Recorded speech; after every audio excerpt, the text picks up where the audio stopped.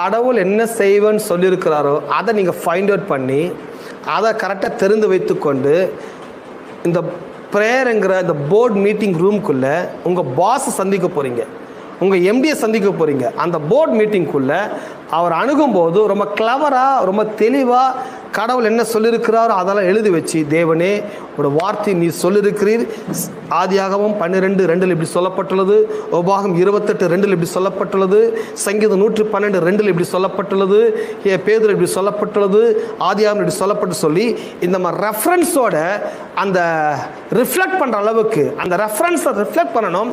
ப்ரேயரில் போய் நீர் சொல்லி இந்த வேத வார்த்தைகள்லாம் இயேசு நாமத்தினாலே எங்களுக்கு நிறைவேறட்டும். எத்தனை ஆமென் சொல்கிறீங்க? ஏன்னா சில எம்டியெல்லாம் நீங்கள் பார்க்க போனீங்கன்னா அங்கே போய் தலை சொல்லிக்க முடியாது, அங்கே போய் நீங்கள் யோசிக்க முடியாது. எம்டியை பார்க்கறதுக்கு மேலே எழுதி வச்சுக்கணும், என்ன பாயிண்ட் பேச போகிறோம், என்ன சொல்ல போகிறோம்.